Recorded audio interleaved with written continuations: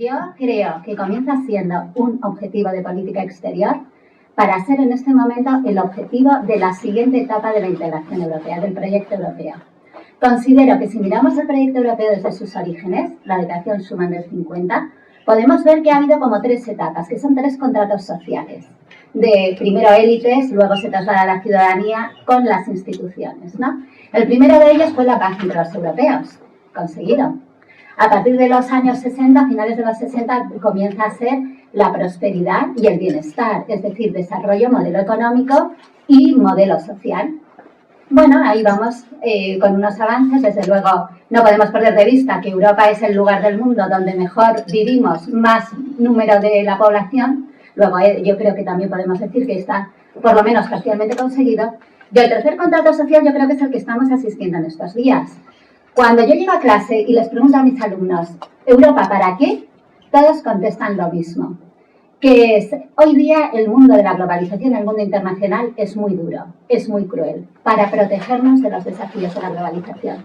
Y yo creo que esa es la tercera etapa del proyecto de integración.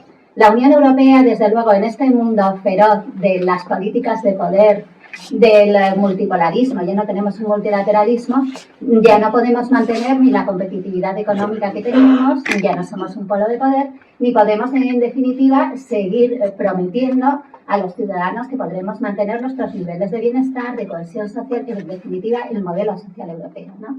Entonces, pienso que el siguiente objetivo es y debe ser el hacer de la Unión Europea el muro de protección de los europeos, del modo de vida europeo, frente a esas tensiones y a esos poderes de la globalización. Y para mí, eso se recoge en el objetivo de autonomía estratégica. Pachi decía que yo trabajo modelo político y política exterior. Creo que hemos llegado a un punto en que política exterior y modelo político convergen, en que son parte de lo mismo.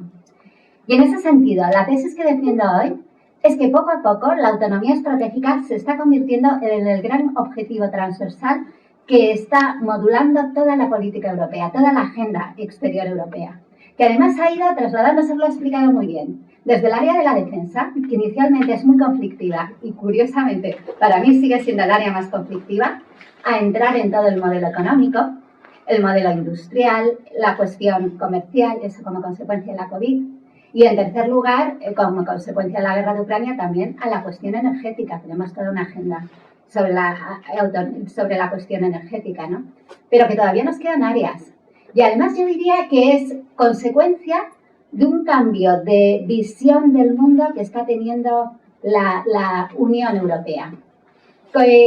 Claro, si nosotros un poco excavamos en cuál es el proyecto de integración, y vemos que estamos profundamente influidos por las ideas kantianas de que generar interdependencias económicas, primero entre los europeos y luego con los demás, nos va a llevar a tener intereses compartidos, que tenderemos todos a proteger esos intereses, nos lleva como resultado la cooperación como regla general. Y esta visión kantiana, los europeos tradicionalmente la hemos exportado a todas nuestras relaciones con terceros, sin pensar quiénes eran esos terceros ¿y qué querían esos terceros? Hemos intentado, como dice una autora que he leído últimamente, domesticar la política internacional a través del instrumento económico, de generar intereses económicos que se suponía que vinculaban de la misma manera a las dos partes. Lo que ocurre es que la realidad hoy del multipolarismo pues nos lleva a otra cuestión, a las políticas de poder, en que nosotros, si no comparten nuestros mismos objetivos, pueden utilizar esas interdependencias, porque una interdependencia siempre supone abrir una vulnerabilidad en la medida que dependes de otros, ¿no?, para hacernos daño. Y en este momento estamos asistiendo, es muy duro decirlo, pero es así, a la utilización del tradicional poder blando, las relaciones económicas, energéticas, sociales, incluso culturales, como armas, la weaponización del soft power, podemos decir. Y claro, frente a esto, la reacción es intentar encontrar una adaptación de nuestras políticas. Para mí esa reacción se recoge en este objetivo de la autonomía estratégica. Hasta hace poco ha sido un concepto que repetíamos una y otra vez. Por ejemplo, van a encontrarlo ustedes por primera vez de una manera un poco particular en la Declaración de San Malo, que pone en marcha la política europea de seguridad y defensa. Pero aquí dice la capacidad para actuar autónomamente de quién, de la OTAN, ¿no? Y poder, por tanto, desarrollar tareas de seguridad de gestión de crisis, ¿de acuerdo? Por ahí empieza el tema. Como ha dicho muy bien Pachi, luego lo vamos a recoger con la misma filosofía en la Estrategia Europea de Seguridad. Pero no vamos a encontrar un texto en que se defina hasta las conclusiones del Consejo de noviembre de 2016.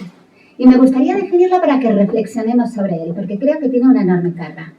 Dice que es la capacidad para actuar de manera autónoma cuando y donde sea necesario y en la medida de lo posible con los países asociados. Hay que decir que es un Consejo de Defensa, es decir, todavía lo tenemos constreñido, limitado al ámbito de la defensa. Pero yo creo que aunque esté limitado a ese ámbito, de esta definición podemos sacar una serie de enseñanzas que van a ser muy interesantes. Porque podemos separarlo, ¿no? Y ver qué implica determinados elementos. La primera implica capacidad de actuar, es decir, tener herramientas, tener capacidades, competencias, instrumentos, que o bien estén a escala de la Unión Europea o en manos de los Estados miembros y que los Estados miembros estén dispuestos a ponerlos a disposición de la Unión Europea. En segundo lugar, de manera autónoma, es decir, no dependiendo de terceros, de ninguna manera, ni en términos de herramientas, ni instrumentos, ni tampoco en autorización para actuar políticamente. En tercer lugar, implica tener una capacidad crítica, es decir, que tú por tú solo puedas asegurar los resultados que deseas en ese ámbito político. Ese es el cuándo y dónde se desee. Capacidad crítica. Y finalmente, dice, en colaboración con terceros cuando sea posible. Cuidado, no es una visión proteccionista autárquica de llaneros solitarios, yo conmigo mismo, sino que implica seguir manteniendo alianzas, colaboraciones bilaterales o multilaterales cuando sea posible con los países asociados. ¿No? Asociados se supone que hay una igualdad de puntos de vista. Lo he explicado muy bien Pachi, cómo se recoge en la estrategia Mogherini, la estrategia global de seguridad.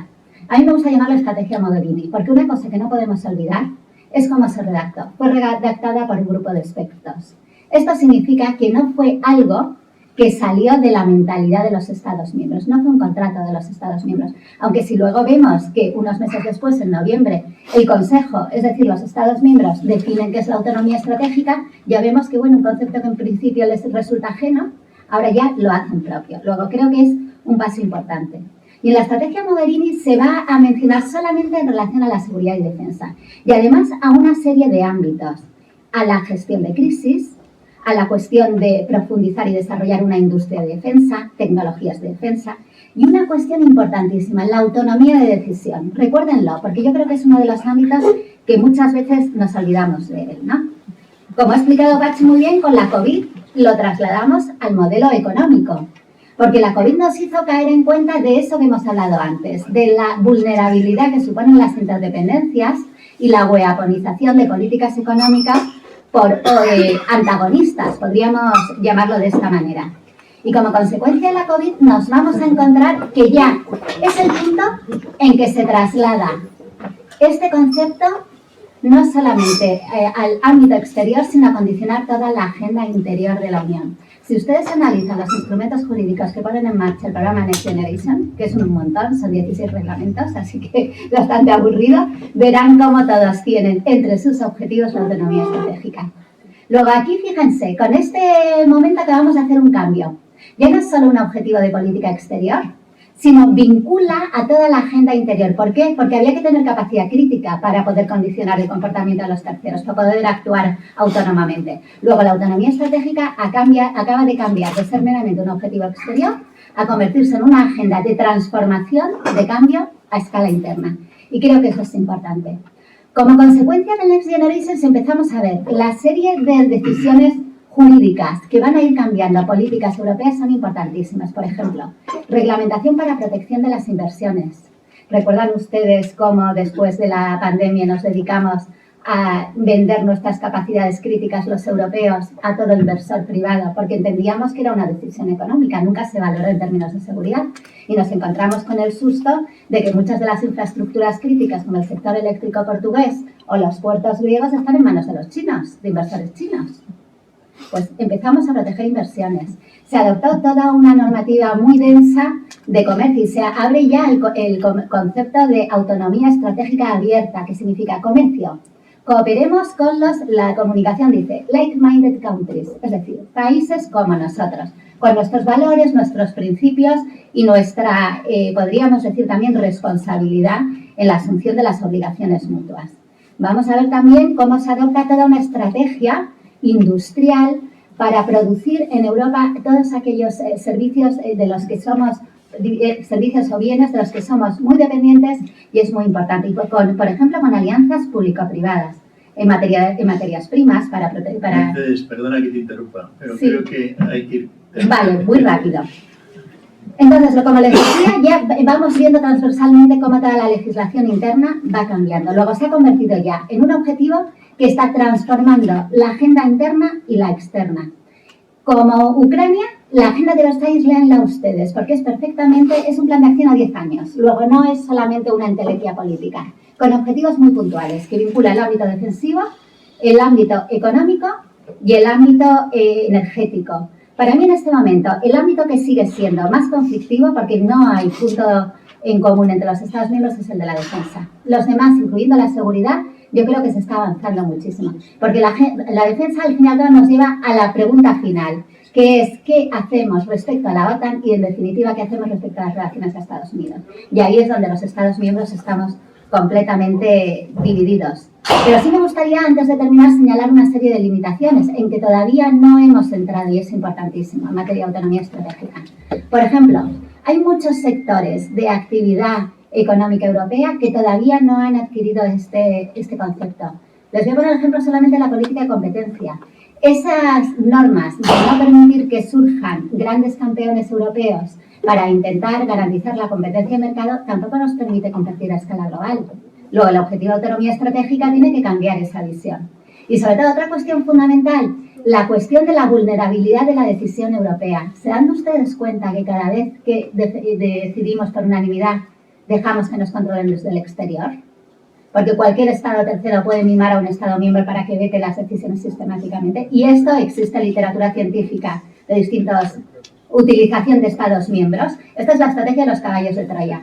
Luego, para mí, estos son los objetivos que en este momento nos tenemos que tomar en serio. Muchas gracias.